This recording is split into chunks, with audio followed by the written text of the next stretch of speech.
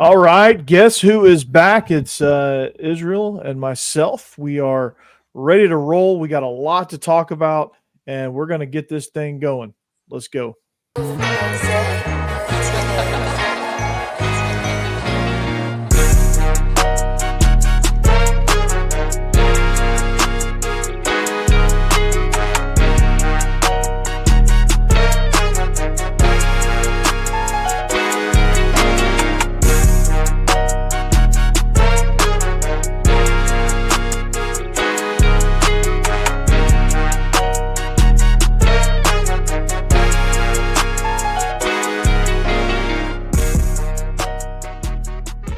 All right. Good evening. We are live on a Tuesday night. It is the Believe in Georgia Dogs podcast on the Believe Network.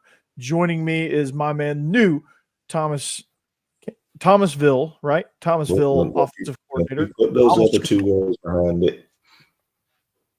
Yeah, not good, right? You about messed up. You can cause a I about had a whole region coming at me with pitchforks and torches, right?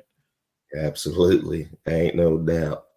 Thomasville, I can get used to that. Thomasville offensive coordinator Israel Troop joins me. He is in the middle of spring practice. Man, how's spring practice going? Man, going good. We got a lot of talent. My quarterback just got offered by Boston College the other day, so that's a huge deal. We got a lot of great athletes, man. His little brother's a baller, plays receiver, a safety for us. So, I mean, it's going to be a fun time in the Rose City this year. Absolutely, dude. It's going to be a lot of fun, electrifying. If you're down in the Thomasville area and you want to see some real football, go over to Thomasville and watch Troop and the boys. So we are presented by betonline.ag. BetOnline is your number one source for all your summer sports this season: MLB, golf, NBA, and NHL playoff stats. All the latest stats, news, scores available to follow your favorite teams. You get the latest odds and lines, including the latest teams, matchups, player props, and odds of just about every sport out there. So head to the website today or use your mobile device to get in on the action. BetOnline, it's where the game starts. And they also have an online casino if you're into that. So where do we begin, dude? There's like a lot to discuss. G-Day was really good. Gave you confidence in Carson Beck, gave you confidence in Gunnar Stockton and all the new guys showing out. The Jaden Rashada commits, kind of unexpected. The NFL draft happens, and of course, it's a showcase of Georgia Bulldogs there. The guys that got drafted and some of the other guys that got signed to free agent deals, and just kind of everything in between, man. Georgia's looking to be, top dogs again, pun intended. And well, there's a lot to go. So let's start with Jaden Rashada, okay? Because it kind of ties into how the quarterbacks played at G-Day. He transfers in from Arizona State. If you don't know all the hoopla that surrounds Jaden, coming from Florida to Arizona State and now to Georgia. It's a situation there, but like, how do you see this transfer? Like, what do you think of him coming in? Does he, where does he fit in this pecking order? I was kind of surprised, that he chose Georgia, considering, Gunnar Stockton was clearly the backup. That's the thing that's been solidified. We just had a commit from the kid out. I think it was Tennessee. I think. So I was really, really surprised that he decided to come to Georgia. But hey, we're glad to have him. He's a phenomenal athlete. Not taking anything from his athletic ability, but he does come, a little bit of, I wouldn't say baggage, but a lot of question marks. Considering his story, how he ended up at Arizona State. Just kind of seeing, where he fits in, or where he thinks he fits in. That Georgia's going to be really, really interesting going into fall camp. Yeah, no doubt. And I mean, he brings a really, just breaking down his game outside of all the baggage or however you want to describe that. But just his game alone, I think, brings a new element of explosiveness. If he does in fact, get that chance. I don't know, because Gunnar Stockton is pretty good. Obviously, Carson Beck is the leader in the clubhouse. He might go number 1 in the draft next year. But should something happen, God forbid, to Carson Beck, obviously I think Gunnar Stockton's first off the bench right now with his knowledge of the system and kind of the rapport that he's got. But like, what I like about Jaden Rashada and breaking down his game, his escapability is really good when things break down. He throws really good on the run. He's decisive, and seems like he can, given the fact that he's transferred several times, he can kind of pick up things pretty quickly, and seems to be a smart and talented quarterback. So I like everything about his game. And if things were different, I would be extremely excited about this, and I'm still excited about it. I think it's good depth, and I think it's good competition, and I really like his game. But again, I just don't quite get it. Oh yeah, in this league that's evolved so much, you got to have a running quarterback, and he definitely gives you that, presence in the backfield. It's really different when a defense has to cover all 11 guys on the field. Having a running quarterback definitely gives you the edge, but at the same time, Gunnar Stockton's also a running quarterback as well. Carson Beck has shown that he has the wheels as well. So, like I said, we're gonna get to fall camp and kind of see what happens. I wish him all the best. One thing that Kirby Smart's done at Georgia, he's built a competitive culture. So maybe that's something that Jaden was looking for. But at the same time, you got to understand that there's a system, and there's a standard that you must uphold in order to play, in Sanford Stadium and to wear that red and black. So, hopefully he sticks with it. But it's the age of the transfer portal, so you just never know what might happen between now and the middle of the season, now and even fall camp.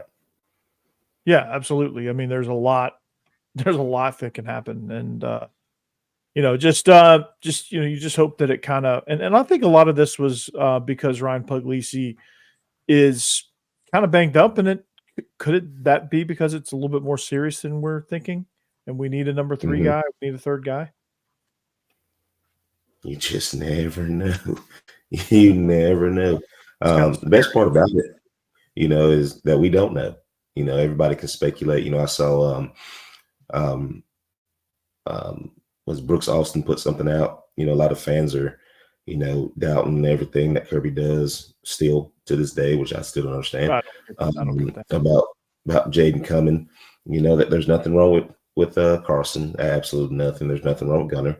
But having that depth is very, very important, and is very, very essential, to what you want to do offensively and as a team. So, him coming, does not say anything about Carson at all. It's building depth, because we're living in an age of you just never know what might happen. You and I have coached this game. We've been around this game long enough to know that if a guy goes down, another guy goes in, another guy could go down. So you got to have those guys, ready to go, prepped. And like you said, you never know the injury, to number 3, so it'll be interesting to see, how everything shakes out in the end. Oh yeah, no doubt. And I guess the moral of the thing is, in Kirby, I trust, right? And I haven't really doubted Kirby in a really long time. I made the mistake of briefly doubting him with the whole Stetson Bennett thing, and that got us only 2 national championships. So, what are we thinking here? So, but it's going to be exciting to kind of see how it all shakes out. I'm curious and excited, and all of the above to see kind of how this Jaden Rashada situation comes through. And Jaden Rashada, I mean no offense when I say this, but I hope you don't have to play this year, except for obviously pop-up duty. Absolutely. I hope it's Carson Beck all the way. So speaking of that, the expectations are high for 2024. It's going to be the 3 out of 4 scenario here. I think is what we're kind of all going for. Unfinished business is what Carson Beck said he wanted to come back for. The offense looked explosive. Trevor Etienne is that dude. Dominic Lovett is that dude. Thomas, Scovey White even. as a freshman, he comes in. It's like all the receivers did well, actually, and it was all the Mike Bobo detractors also are out in full force with that last year. He's kind of proven he's kind of evolving even more. So offensively, like what are the expectations? Are we, finally, I think we're coming into a season where we're just going to say, Carson, go. Absolutely. Let it rip. Right now, I think the training wheels are off. The training wheels are definitely off. This is your offense. You know how to run it. Let's go ahead and play ball. And adding a home run hitter as in with having ETN coming, is huge. We haven't had, a home run hitter, since Gurley. I think since Swift, Sony and Chubb could do it, but, having that guy that could just break away right now, we haven't really had that. But ETN brings that element to the game. Offensive line's gelling early, knock on wood, hope that continues to happen. So, the expectations are high offensively. We're always going to be good on defense, we're the bend don't break kind of defense right now. But if you go back and watch the spring game, I mean, our safeties are coming down. They're hitting, KJ Bolden. I saw him come down and make a couple of really, really nice tackles, and really, really, really physical on defense. So, and you got to be with the schedule that we have. You got to go to Brian Denny, got to go to Texas, 2 huge games on the road, got to go to Ole Miss, which they're going to be really, really good this year. So, I mean, with what we're doing now, and everybody stays out of trouble, that's the key. That is the key. The sky's the limit for this team this year, that's for sure, especially with the new playoff system that we got going in. Yeah, no doubt. And I'm really excited that Malachi Starks didn't even play in the spring, and these safeties looked absolutely amazing. And when watching that position, especially, just the overall aggressiveness with that group is something that even with Javon Bullard, even with all the guys that we had last year and in previous years, I haven't seen a group play downhill so good. I haven't seen anybody come downhill since Lewis Seen, in recent years now. In recent years, Lewis Seen, he would come down and knock the hell out of you. We haven't seen that, in a while. So it's very, very nice to see, you don't want to be, your own teammates, that's for sure. But at the same time, it's good to see those guys being physical early. You want to tell them whoa and not go. And they're definitely sitting on go right now. Yeah, they're itching, ready to go against Clemson in the Mercedes-Benz Dome. But another guy I really like on this defense, and I think this defense is going to be dominant because we've now got a new guy wearing number 3 that looks like another guy that wore number 3 several years ago. You know who I'm talking about. CJ Allen, and he's the next Roquan. He looks like Roquan. He plays like Roquan. I don't know if he's quite Roquan yet. Hadn't played enough to really draw that comparison, but I see the similar styles. I see the similar leadership. I'm really excited about CJ Allen. He's going to be a star, an absolute star. Absolutely. And you got to have that guy on defense. I think that's one thing that we were lacking last year on defense is that guy. That authority guy. We had a lot of guys that did what they were supposed to do. A lot of guys that were in the right spots when they were supposed to be, but you're missing that vocal leader that kind of gets them going. And I think CJ, can be that guy. I think he's kind of embraced that role. I think that was the role that, if you go in that room, you got Robinson, you got Schumann, you got Kirby Smart, you got Muschamp. All those guys have been coordinators before, so when you go in that room, you got a lot of guys that have a lot of experience, that know defense. And they kind of imprint that on those guys. And I think this year is the time for a guy to just step up and take over that defense. You know what I mean? I think CJ can be that guy. That's for sure. Because like I said, you got a bunch of guys doing the right stuff. That's great. But when you got a vocal guy that also does the right things, that takes it up a notch, takes it to a different level.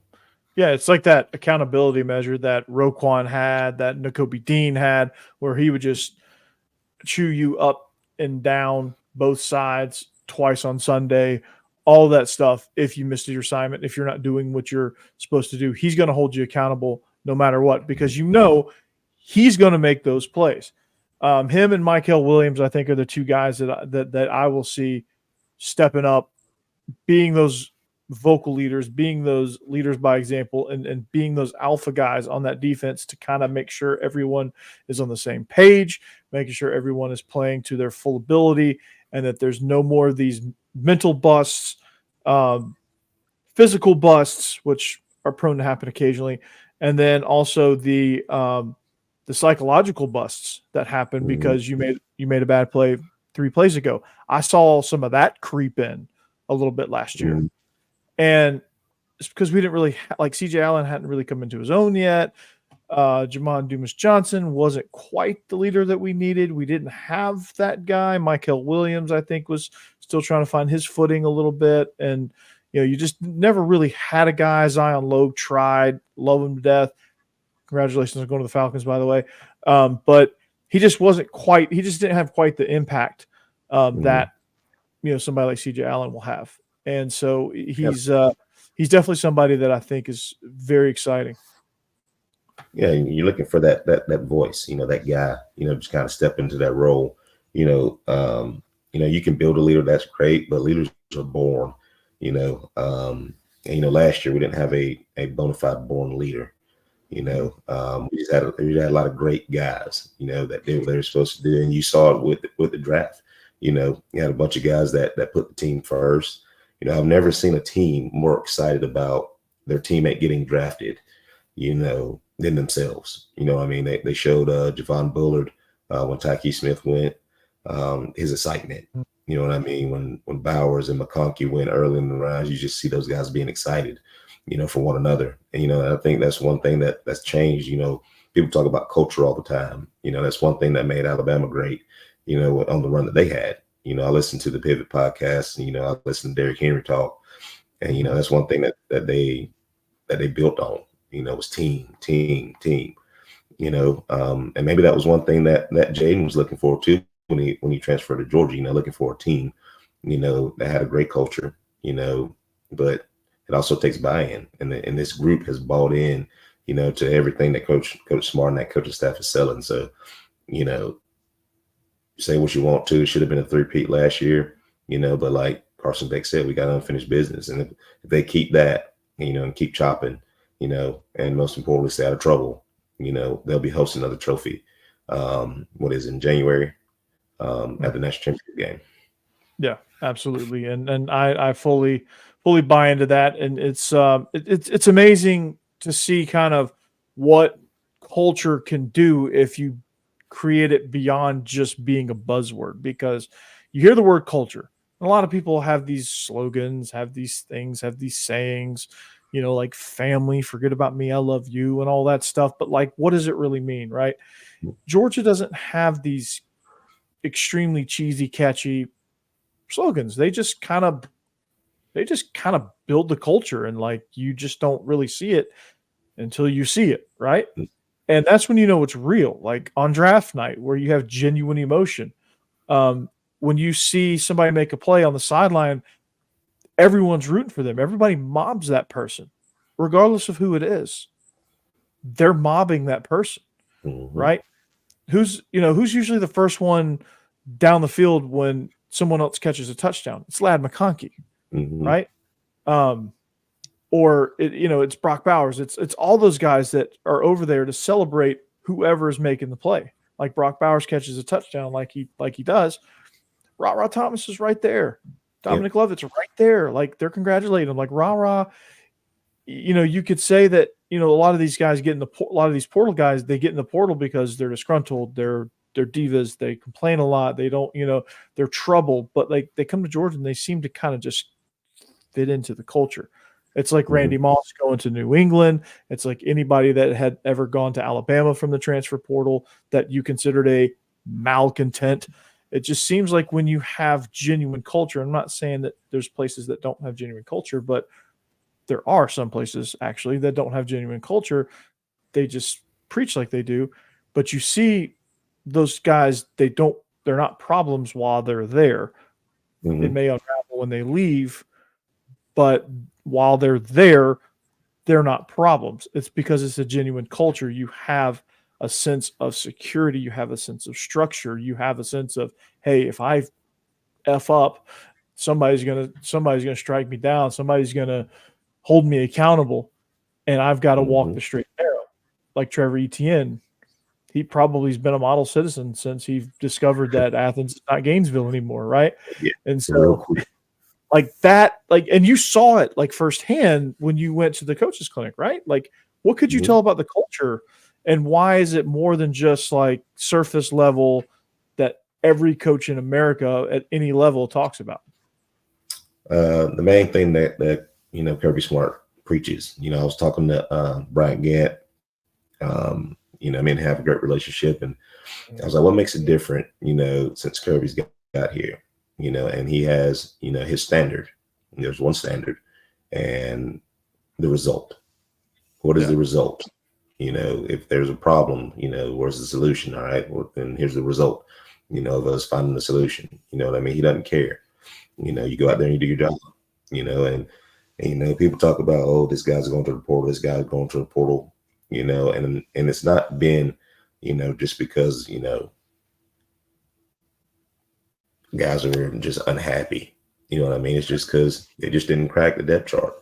They weren't producing, the results that, Kirby Smart's been looking for, the coaches has been looking for, so they need to find somewhere else to go. And that's fine. That is totally fine. One thing that you haven't found is that when guys from Georgia leave the transfer portal, go to the transfer portal, or they leave Georgia, they do it again, except for Bear Alexander, who's in transfer portal again, but that's neither here nor there. He's been to 6 different places in 7 years. Like he's just going to transfer. Like there's nothing you can do. But most of the guys that transfer out of Georgia, do really, really well. They take what they learned at Georgia and apply it to their new school, and that transition is really, really easy for them. But that just goes to show, what Kirby's been building since he got there. It's all about the result, and everything the results have shown. If you just do what you're supposed to do, 1, you're going to win, 2, you're going to get drafted, and you're going to make a lot of money. It's real simple. Exactly. And who's the receiver that went up to Syracuse? I'm interested to see what Syracuse does now. Meeks. Yeah, Jackson Meeks, your boy. That's your boy right there.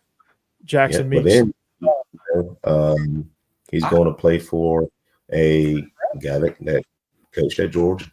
He kind of took that mentality to Syracuse, and he hit the portal hard. Got a lot of good guys, had a really good recruiting class, so you'll see a change in Syracuse, so, guys who've coached under Kirby Smart, guys who've played under Kirby Smart, they tend to be successful when they leave. Why? Because they learn, they buy in, and they get that, sense of security from him, to I can be great. The results are going to show that I am great. There's no doubt in my mind that Dale McGee's going to have, Georgia State, a national power here really, really soon. It wouldn't surprise me that a kid leaves the state of Georgia, between Georgia State and Georgia. Georgia Southern's on the climb too as well. That school up the street, with the bugs and everything. I mean, they'll figure it out as well. Yeah, they will. But the state of Georgia right now, as far as coaching, is pretty they good. recruit a dog to get them to figure it out, man. So, but why is it you think, because you look at Nick Saban, he's the great, he's the best to ever do it. He's killing it in TV, by the way. Like, why is Kirby the only assistant that seems to be extremely successful versus like Kirby's assistants that are getting jobs? Dan Lanning. Now we're about to see Fran Brown crush it. We're about to see Del McGee crush it. What do you think the difference is? Like, why are those guys now? Fran Brown and Del McGee are to be determined, but like Dan Lanning, the first big time hire from the Kirby tree. Why did that work? Why was that successful? I think it's just he instills that in the staff. You know what I mean? If you watch that staff, the intensity in which they coach, if you ever have any questions about Kirby Smart, his decisions, why he does, I want you to go to a practice. If you can ever go to a practice, you'll understand why we are where we are right now. You know what I mean? Just because his intensity, he still coaches like he's a coordinator or position coach, who also did that. Nick Saban did that as well. He still helped coach DBs. As old as he is, he's still out there teaching backpedal. You know what I mean? So it's that, it's the part that you see him, you talk to him. He knows each one of those kids by name. It's not like, hey, number 42. You know what I mean? It is, hey, hey, Roger. You know what I mean? He knows each one of those kids by name, and it's personal to him. Most kids, especially this day and age with the portal, they don't care what you know until they know you care. Mm-hmm. You know what I mean? Take Kamari Lassister, for example. He could have sat out for the bowl game.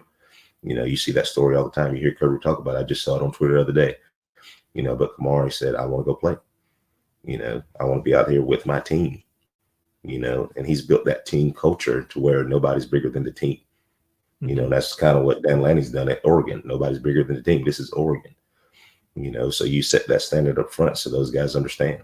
Some kids they're gonna buy in, and some kids are gonna try to buck the system. Well, if you buck the system, you're not producing the result that Kirby Smart's looking for. So so you gotta find somewhere. Yeah, you're gonna find somewhere else to play. So like, I'm just still trying to like figure out like what advice he's giving them for them to not just try to be Kirby, and like, what is it about the program that is transferable, like that I think is going to happen at Georgia State, that I predict is going to happen at Syracuse. The element of that program that gets dropped into these other programs that kind of branch out from Kirby's tree.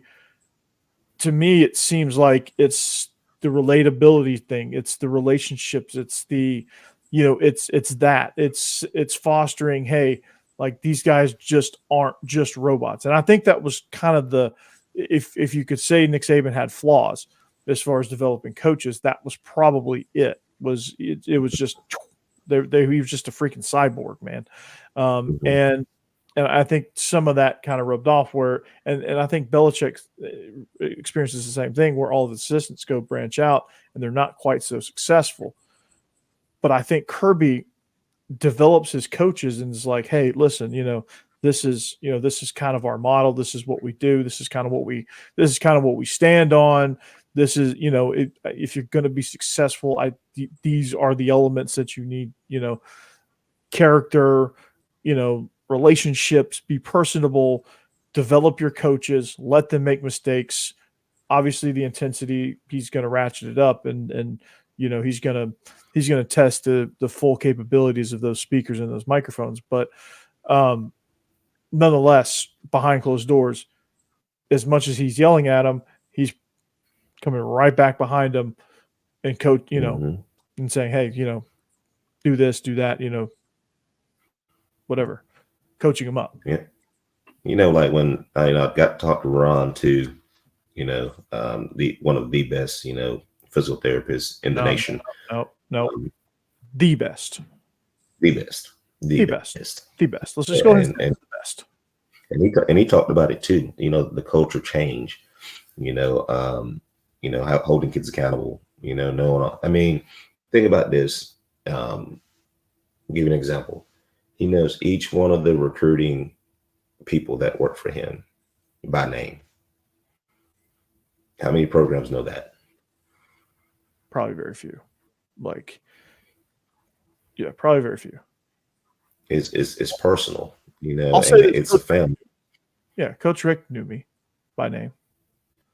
Mm-hmm. And that made it a family. Mm-hmm. You know what I mean? And that's kind of the thing that happens at Georgia. We're one big happy family, and that's huge, especially now. It is really, really huge. And I love it. I love everything he's doing. And think about this as well.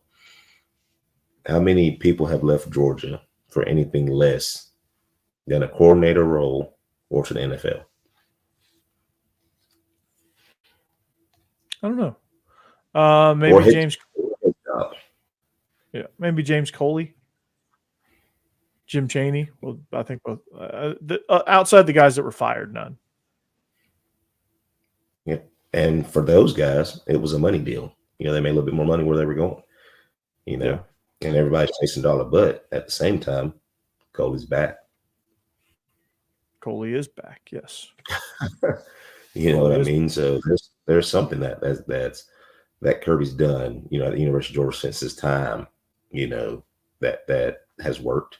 You know, and think about his first year. I think his first year it was more Nick Saban like, you know, want to have his hands on everything, things like that. But he's delegated things now, and look how much success has come, you know, since that very first year he was there. You know, you do a self-analysis. You know, hey, this didn't work, so let's try something different. You know, it's all about evolving. You know, it's not, you can't stay the same. You know, you're gonna get the same results. So it's all about evolving. All right, this works, so let's try this. All right, that didn't work. Let's throw that out. You know.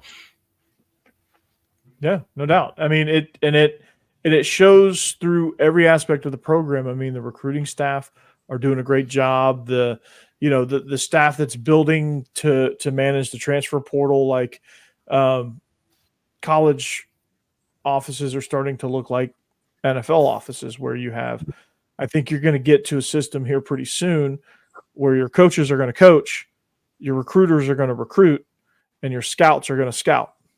Like you're going to have college scouts that scout the other colleges and keeps an eye out on the portal and keeps an eye out on top performers and situations and things like that, like pro scouts do, right? Then you have your recruiting staff, which is going to mimic the college scouts at the NFL level, where those are the guys that are out on the road.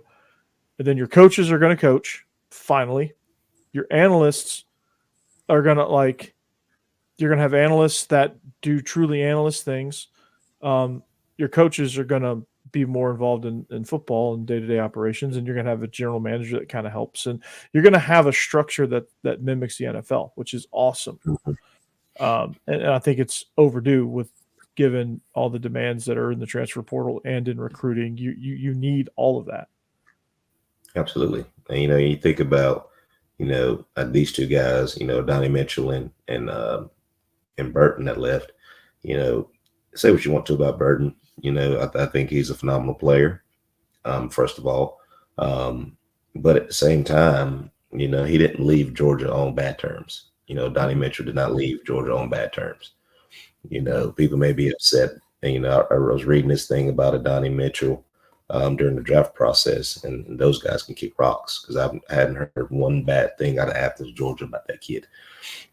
So whatever this stuff has come out, I don't believe it. You know, you have to have like video proof of him doing it. You know, you hanging from a chandelier, you hiding in the bushes or something for me to believe it. But you know, most of the guys who have left Georgia in the transfer portal, like I said, are doing really, really well.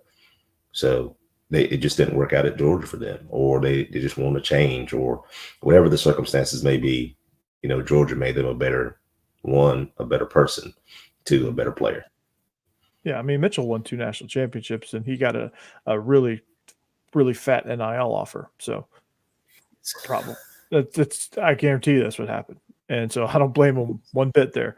Jermaine Burton just needed to change the scenery, I imagine, and Alabama seemed to be the right place for him. And I hate that he kind of acted the way he acted at Alabama a little bit. I think out of all the ones that transferred, he was probably the one that I think drew the most visceral reaction from Georgia fans. And, you know, and something seemed a little bit personal with him in the SEC championship game, and probably just with him and the fans. But I didn't love any of that. But, like, you know, once you're a dog, you're always a dog. And I don't wish ill will on Jermaine Burton. But, you know, it just you know, just kind of was like, don't act like that, Jermaine. You're better than that. But, you know, it's always people outside of the program that makes, you know, like the guys that are in that locker room are still going to be buddies. You know what I mean? They're still going to talk to one another. They're still going to help each other out, things like that. But it's the outside people, you know, that bring the noise and make it bigger than what it is. You know, he never did that toward any of the players. You know, it was a clean game, you know, whenever we played them. You know, so obviously, you know, he didn't leave the locker room, you know, on bad terms. But, you know, when you start reading newspaper clippings and things like that, people who don't know, you know, it shows. People who don't understand how portal stuff works nowadays. People don't know how locker rooms are, man. We're still pals. Yeah. Doesn't matter. You transfer, you probably transfer for a good reason. It is what it is, dog. It is what it is. And occasionally you're going to get that guy that leaves on bad terms. It just happens. That's just the way of life. It's just natural. It's business. It's a business decision. Yeah. Every once in a while you're going to get that. And every once in a while you're going to get Jermaine Burton who leaves you scratching your head like, come on, man. Like, just go enjoy the win. Just go celebrate. Don't do that. Don't. Pro scouts are looking at that going, oh my. So yeah.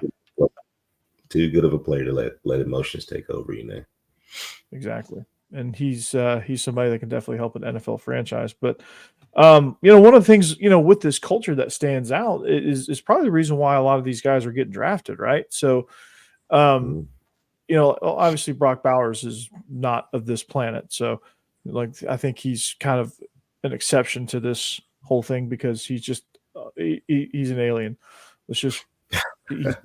He's an alien. Okay, let's get that out of the way. He's excluded kind of from this. He would have gone where he went regardless because he's an alien. But a lot of these guys getting drafted, in the process, like Lad McConkey, Amarius Mims, Kamari Lassister, Javon Bullard. Javon Bullard, I think, is the ultimate. I think he got picked by Houston, if I remember correctly. He is one of those process-driven. Like, he was one that was really hammered out in the iron of the Georgia culture. A physical, talented kid that just developed throughout his time in Athens.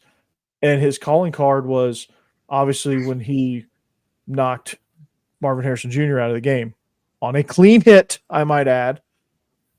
On a clean hit. Somebody who kind of made a name for himself. Obviously, Mims. You hope that he could hold up. He's got a few injury concerns. He didn't play a whole lot this past season, but great pick by the Bengals there. Lad McConkey going to LA. That's going to be fun because if you look at LA's receiving core, ain't nobody there. No, ain't nobody there. So that's going to be interesting. He's going to get a lot of targets there. Sedrick Van Pran. He went to Browns, right? I want to say yes. I'm going to look that up. But what was your favorite pick? What do you think, who do you think is going to make the biggest impact in year one? Minus Brock Bowers, so we know what he's going to do. I think Lad's going to make a big impact. I think Kamari Lassister and Bullard are definitely going to make a big impact. But my pick, is also, Tyke Smith, simply because of everything he went through, injury, to come back and do the things he's done with his Georgia career, to be loyal to Georgia through the whole process. I think that young man has a very, very high ceiling. I think, everybody that has gone to Georgia that has went to the draft and, been in the NFL have done a really, really good job, for their respective teams. So I don't expect anything less. And for those people, who say, Georgia doesn't produce any receivers or, things like that, we've done that. Georgia doesn't, produce, whatever, oh, here's the big thing. Kirby Smart does not develop players. Well, since he's been there, how many first rounders has he gotten so far? Quite a few. So the development key that he's done, with these Edwards going to Pittsburgh as an undrafted free agent, he's going to do well there with Mike Tomlin. So, I mean, if you want to play in NFL football, I mean, look at, there's nothing else to show. Just look at this. Let me put all this in front of you and say, hey, this is where you want to get. Now, undrafted free agent is a really tough road for making the team. Dejon Edwards, Kendall Milton, and several others are taking that path. Do you think out of our two running backs that were picked up, do they have a big time shot at making the team? What do you think they? I think they do. Dejon will be there with Najee Harris to kind of learn and soak up knowledge. He's just a baller. He's a little bit undersized, but heart can take you a long way. And in the NFL, all you got to do is find your niche, find something that you're really, really good at. He's a smart kid, great attitude. So there's no doubt in my mind that he'll crack that 53-man roster.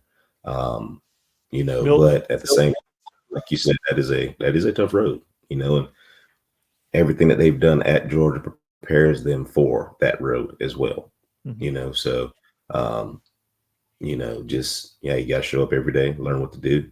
Everything else take care of itself. If you're going into this thinking that I should be doing this, or they're doing me wrong, this, that, and the third, you got to understand it's a business. And $1 billion business. If you treat it as a business, you would do just fine. Just treat it as, hey, look, I'm here to find my role, and my goal is to stay in this league as long as I possibly can. And if I got to find a role that's slightly different than what I was hoping for, so be it. If I got to go down and cover kicks, so be it. You just got to find a way. And if Terrell Davis would have let those doubts creep into his head like they almost did when he's in Japan, he wouldn't be a Hall of Famer. We would have Terrell Davis would just be another random name that no one's ever heard of. He was 6th on the depth chart. He was gonna quit as soon as he was gonna basically go to Mike Shanahan and say, hey, just go ahead and cut me. I'm done. And he had resigned himself to just crushing hot dogs on the sideline during the preseason game in Japan. And all of a sudden, here they say, Terrell, go. And he wasn't sure if he was going to puke all over the place, but he ran down on the kickoff and just obliterated somebody. And then the rest is history. Yep. He soared up the depth chart and started game 1 as a rookie. Never looked back. Now he's wearing a gold jacket. And he's wearing a gold jacket, and that's a hell of a story. And I think he could have produced a hell of a lot more too, had his knees been able to hold up. Unfortunately, it's already hard. It's already hard out here for a running back. They're getting a little bit more love now from the NFL. A little bit more love, not much. At the same time, you got to bring lunch bill every day. That's a job. Especially when you get an NFL. The business aspect of it. You got to understand that this is a job. You're fighting every day to keep your job. Because the NFL is essentially like transfer portal. But the only difference is that guy's going to be here tomorrow. There's no period. There's no waiting period, no grace period. That guy's going to be there tomorrow. So you got to be ready. You got to be ready for change. You got to adapt to change. And you can't take it personal. No. You just can't. It's business, and that's all it is. Do your part. Do your role. If your role increases, great. If it doesn't, and you're still on the roster, great. If it decreases, then okay, you might want to reevaluate and try to mold your plan for the next situation, if there is a next situation. I get my check every Tuesday. Every Tuesday, I'm gonna get this check. Yeah, and I'm going to stay on this 53, and I'm going to live by the motto of special teams. Special teams. I'm going to get to know the special teams coordinator. I'm going to be the utility guy on special teams. I'm going to cover kicks. Hell, I might long snap. Who knows? Hey, anything. If it keeps me on the roster. Yeah. Coach Sirianni, my name is Kendall Milton. What do you need, man? What do you need for me? Because I'll run this rock for you. There you go. I'll be your closer. Real simple. Yeah, real simple. Real simple. So, yeah, I'm excited to see how Amarius Mims does in Cincinnati protecting Joe Burrow. I'm excited for Sedrick Van Pran in Buffalo. I think he's going to be amazing. Just the intelligence that he has is unmatched. I'm really excited to see Lassiter. I'm excited to see him get after it. I think he's going to be a lockdown guy. He's going to grow into one of the top corners in the league. I'm really excited about Ladd. Really excited about watching him work in Los Angeles, just kind of all over the place. Him and Justin Herbert are going to be a great duo there. it's going to open things up for the run game. It's going to open things up for Josh Palmer out there. So I think Charger fans are going to be very excited about that. Brock Bowers, he's just exciting wherever he goes. Wish it wasn't the Raiders, but he's going to be exciting. I was hoping it was going to be the Titans, but that'd be really good to see. A Georgia guy play for the Falcons, because I know you love the Falcons as well. But I don't think my Cowboys don't have a Georgia guy on their team. Your Cowboys, I don't know what's going on there, man. Like, you might need to you might need to hit the NFL fandom transfer portal, Israel. Have you considered that? I've thought about it. I've pondered it, but I just can't do it. You're nowhere near Dallas. Like, they're not like, you're not going to miss it. They're not going to miss you. You're nowhere near Dallas. I'm not saying I'm holding up, but like I'm holding up for the Jerry curse to leave. Once the Jerry curse comes off of us, I don't know when that's going to be. It might be when he's buried or something like that. But you shouldn't have did Jimmy. Sign Zeke back. Yeah. Do the other coaches give you hell? Who are the other coaches at Thomasville? Who do they root for? Nobody roots for the Cowboys. It's only me. When people find out I'm a Cowboys fan, they just giggle. I'm like, hey, man, can't help it. Hey, I've been a Cowboys fan. They're good. Are they all Falcons guys, or is it random? It's random. We got a lot of random guys that like random teams, but hey, I've been rocking with my boys since 92. Yeah. I've been rocking with the Falcons since 91. I was in first grade. There you go. I'm staying loyal to the crew, man. Staying loyal. Yeah, it's a little more difficult. Frustrating. A little more difficult for me these days, especially living in like moving to another NFL market really makes that difficult, because now it's all Titans, right? Mm-hmm. I love the Titans. I like the Titans. I hated to see Mike Vrabel go. I thought he was really good. I heard him speak. He's good. Who's he with now? He is with the Browns. That's right. He went to Wisconsin for a minute, and then the Browns called him and said, "Dude, you don't need to be in college." So the Browns. So the Falcons made some waves in the draft. What are your thoughts on that? I know people have been asking you about that, about Michael Penix Jr. The Falcons are going to Falcons, but at the same time, I think it was a good pick, honestly. But at the same time, I'm still confused on why. If you just paid Kirk Cousins that much money, that's the only thing that bothers me. You just paid this guy this much money to come, and then you draft another quarterback. But hey, there's a rhyme and a reason for everything, I guess. My guess is that Achilles may not be bouncing back the way they think it is. Yep, that too. And if you look at quarterbacks in the league right now, learning from a guy like Kirk Cousins is very beneficial. Tua, Fitzpatrick was there with him, with the Dolphins. What is it? Jordan Love at Green Bay with Aaron Rodgers.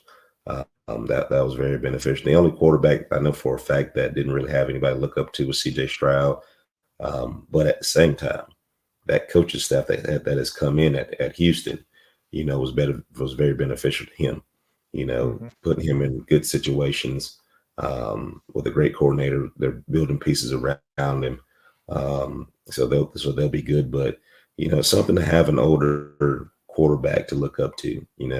Say if Kansas City, decided to draft a quarterback, they got, Chad Henne was there for Mahomes. Alex Smith was there for Mahomes before he got hurt. So, it's good to have an older guy there with you, to kind of show you the ropes. I wish Carolina had somebody for Bryce Young. He was thrown to the fire this year. Somebody would have been somewhere, would have been there for Justin Fields as well, in Chicago, that's a mess too. Now, do you think Justin Fields is going to beat out? Do you think Justin Fields is going to beat Russ out? Probably let him. Do you think I think they got Russ to help Fields. I think Russ is going toward the back end of his career now. It is just my opinion. I think he's on the back end of it. I think he can still produce, absolutely. But I think by taking Justin Fields, is that they're prepping him for the future. In my opinion, I think that's what they're doing. And what a model guy, great guy to kind of learn from. And Russell Wilson, the way he carries himself, the way he approaches the game. I think he got a raw deal at Denver, whatever Sean Payton's got going on over there. I want no part of. But him being in Pittsburgh is really going to help, Justin Fields, as far as understanding the game and learning, how to be an NFL quarterback from a player standpoint on the field, in my opinion. Yeah, absolutely. I think so. And I think at some point you're going to see, I don't know when that point is, but at some point you're going to see that transition from Russ to Fields. And because I don't think you're a little bit higher on Russ's ability to produce than I am. I think there's a lot of great things, and he's produced a lot of great things, and I think there's a lot of good things about him. I just don't think he has got much left in him. Honestly. And that's not a knock on him. It's just Father Time collecting his toll. Mm-hmm.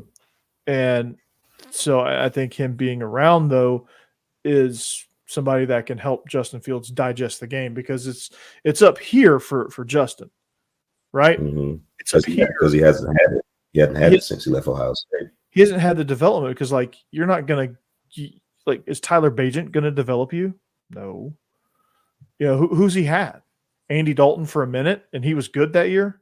Justin Fields' only really good year was when who was the backup? Andy Dalton. Mm-hmm. Go figure, right? You have a veteran guy there to bounce ideas off of. Guess who Zach Wilson had in his corner? Nobody. Now he's got Sean Payton, but I don't know about that situation. That's going to be a show, to say the least. J.J. McCarthy has Sam Darnold in his corner. Mm-hmm. Sam Howell, who I think has a lot of talent. He just wasn't ready. Now he has Geno Smith. Mm-hmm. I think Trey Lance is I'm interested to see what Trey Lance can do now, given his time behind Dak. Mm-hmm.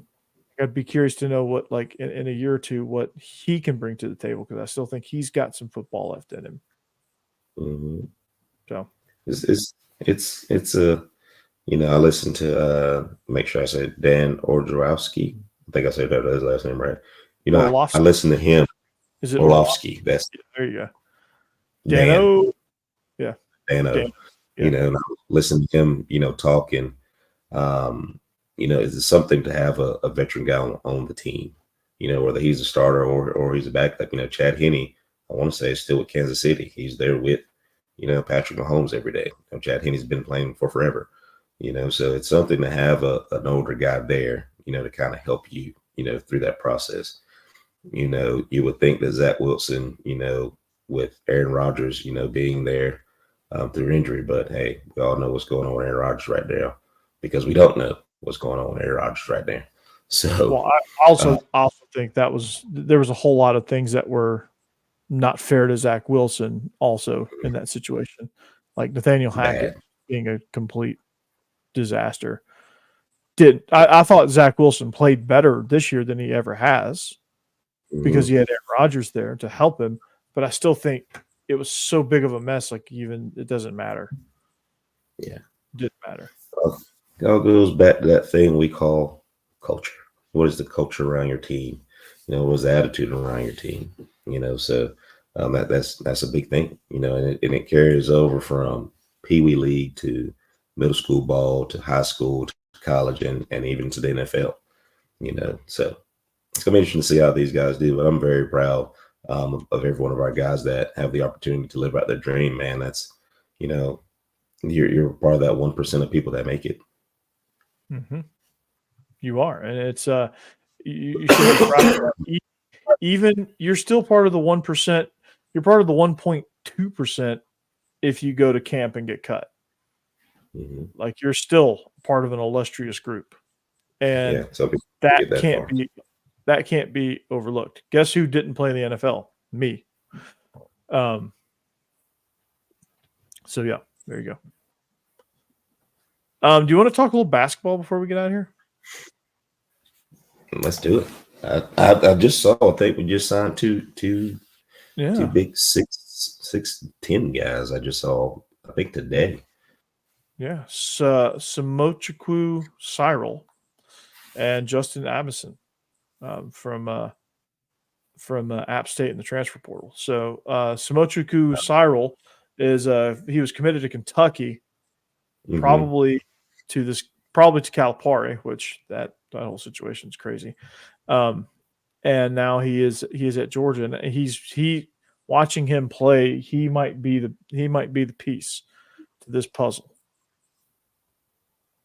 It is basketball is going to be fun to watch. Softball is doing all our sports right now are doing really, really well. Baseball, except for the guy who might be getting suspended for rubbing foreign substances on the baseball, like that guy pitcher. When did this happen? They caught him in the bullpen in A&M. He was crouched down doing something sus, and then he goes and like rubs his glove all weird while he's on the mound. So they're investigating him, I think, for foreign substances. Yeah, not good. Not good. But Charlie Condon is not of this planet either. That young man can hit a baseball. I hadn't seen anybody literally hit like that at Georgia since Gordo. I have not seen anybody hit the ball the way he does. To be as patient as he is at the plate, you got to be really, really strategic, to get him out. Clemson in that all-nighter that they played just about a week ago, they had a pretty good plan for him, but they're the only team I've seen that's had a plan for him. But for him to hit the ball the way he does, I think Coach Johnson has done a really, really good job with that team. They are like two pitchers away from being really, really good from watching them play. They're going to make some noise in the tournament. They're going to make some noise regional somewhere. Yes, it is. They are very, very fun to watch. I don't think we've said that in a really, really long time. Georgia baseball has been fun to watch. We've always, since we've been doing the show, we've always said, yeah, this team is good, but this team is good, but, and it's usually the bullpen just lost control of the game, or our bats just were non-existent, or our starting pitching got it was something new every game too. It was like the bullpen. Like I watched the series against Kentucky last year, and our bullpen was pathetic. Yeah. And then I watched the series. This team is good. They're missing two pieces, and those two pieces, in my opinion, they're missing two pitchers. Mm-hmm. Two dominant pitchers, because I think sometimes they can get in a little bit of trouble. Mm-hmm. It's not good when you have to go to your bullpen in the fifth inning. That's not how you really want to approach a baseball game. But it happens, and that's what, when your head coach is a pitching guy, for him to be able to piece that together the way he's done, just shows you, one, the experience that he has and the faith that they have in him, from a pitching standpoint, because those guys are different now. They're really, really different. But you can see the buy-in from the players. You can see the excitement in Athens right now for baseball, which we hadn't had in a long time. So they're really they're fun to watch. There's no better way to say it, but Georgia baseball is really, really fun to watch. Yeah, finally, sure. Finally. So before we get out of here, I want to get your opinion on this. Before we go, now I do SEC After Dark with Steve, and then we've talked about this, and I've done this. Confession, I do a Vandy show. Talking about pitching, right? And I say a lot of times when I watch baseball and when I see all these arm injuries, I don't think pitching is not pitching anymore. Pitching is throwing as hard as you possibly can. The teams that are going to do the best have brought back the art of pitching.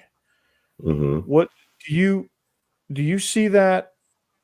Do you see like Spencer Strider, because his arm was here instead of here, he's getting Tommy John because he puts so much Mm-hmm. force on that elbow because that elbow comes through. We're doing a little physics lesson here.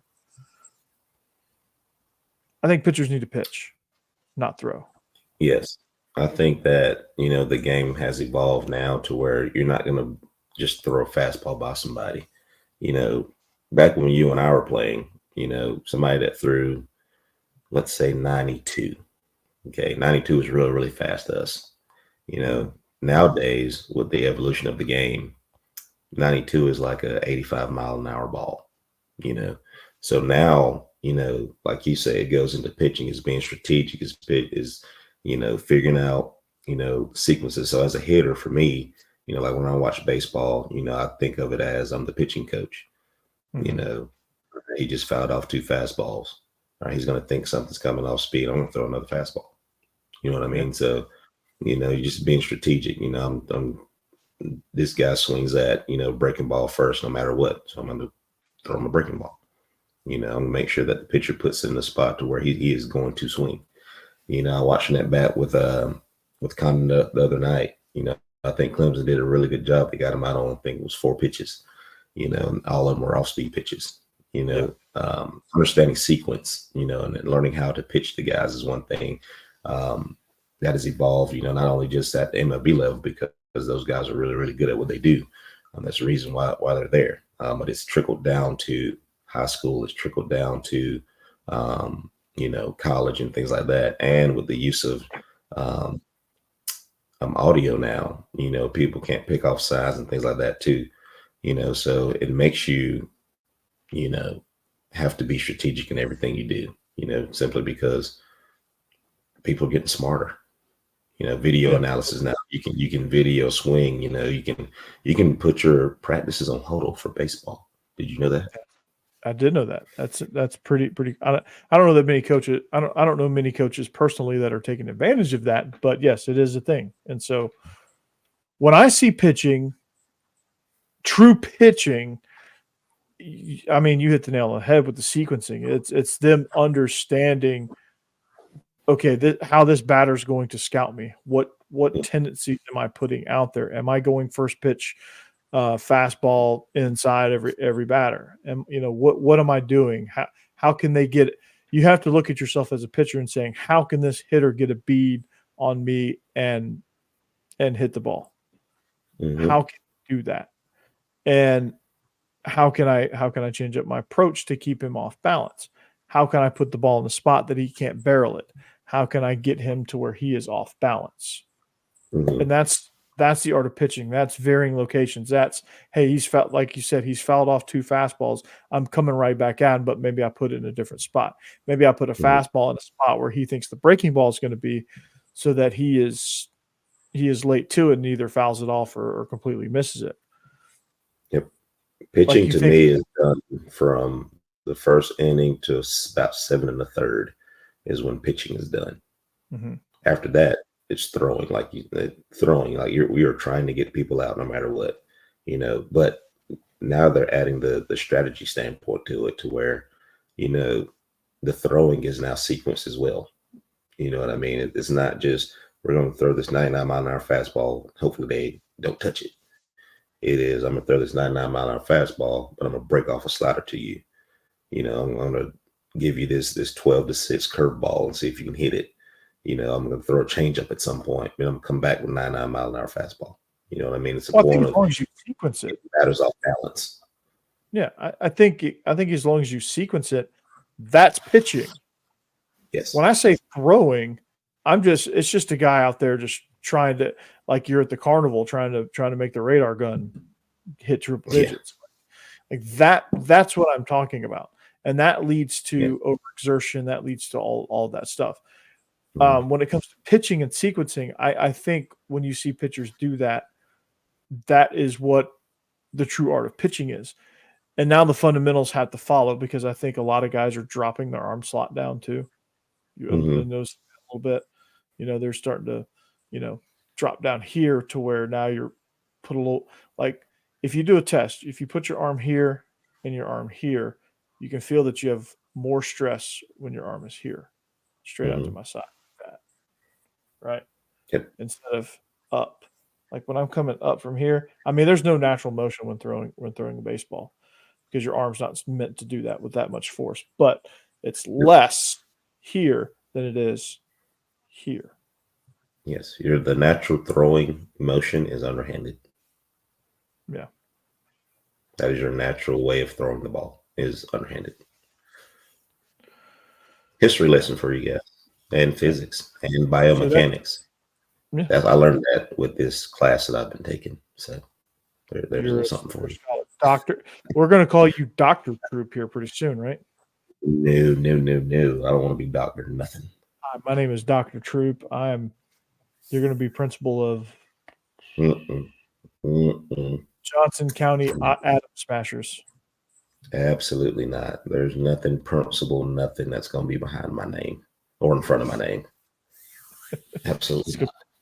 Okay, 5 years from now, 5 years from now, it's going to be Dr. Troop, principal at some random place. I will go be a breeder at Home Depot before I get into administration. Fair enough. Little known fun fact. He's since retired, but one of my best friends growing up, his dad was actually the principal at Ware County a few years back. Really? Where you were, yeah. Nice. People around there probably still know him. His name is Joe Brassfield. I don't know if you're familiar with that name. I've heard that name. I've heard that name before. Yeah. Dude, grew up with him. His son is my age. Nice. So learn something new every day. I know, right? I just thought about that. I was like, hey, you were at Ware. He was at Ware, but y'all didn't overlap at all. But anyway, well, that's gonna do it for us, man. Very, very productive show. We're gonna strive for you to see more of us and me and Dr. Troop here. So with that, we're gonna let you go. Follow us on social media at Believe in Dogs, at Believe in _in_ dogs. Thank you, X, for that.